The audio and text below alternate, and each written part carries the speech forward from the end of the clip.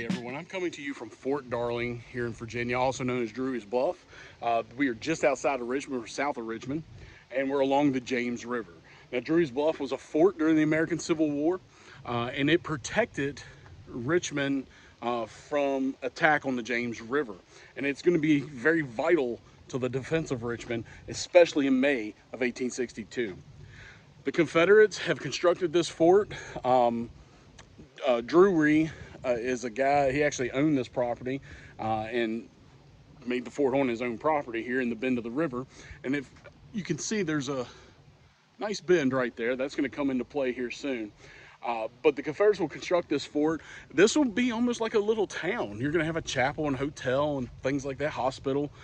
There's going to be encampments for the Confederate Marines, the Confederate Army soldiers, and Confederate Navy are all going to be camped around this fort.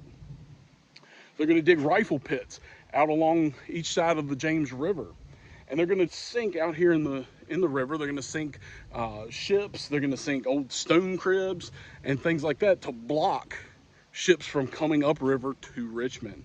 On top of it, we've got the fort with these big guns here.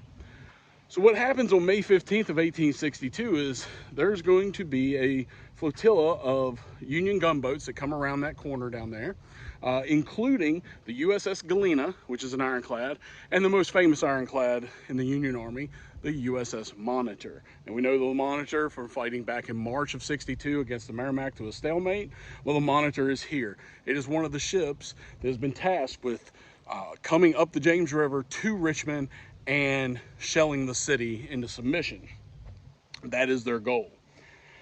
Unfortunately for them, when they come around that bend, they're going to be about 600 yards away. They're going to drop anchor, and for 4 hours, there's going to be a hellacious fight here at Drewry's Bluff.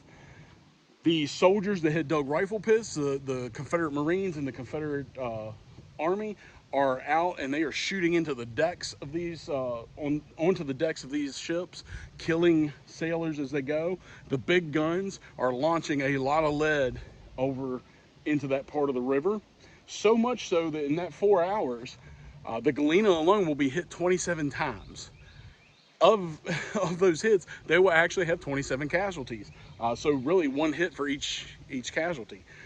The Confederates during this battle, this 4-hour battle, are only going to suffer 15 casualties. This is the first attempt by the Union Army to take Richmond by the James River. Because of the intense fighting here, the federal commander is going to bring the anchors up, and they're going to go back down toward the Chesapeake Bay, back down to James. This will be the last time that the U.S. Navy challenges the guns here at Drewry's Bluff. There will never be another attack from the James River against Richmond. And I just want to say, Commander John Rogers, he was the commander of the USS Galena. This is what he had to say about the fight here at Drewry's Bluff.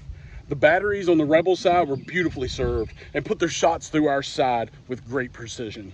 The Galena did most of the fighting. Her size looked as though she had an attack of smallpox. So if you get a chance to come out here, definitely do. Very cool, little off the beaten path place. But one of the most important defenses for Richmond during the American Civil War.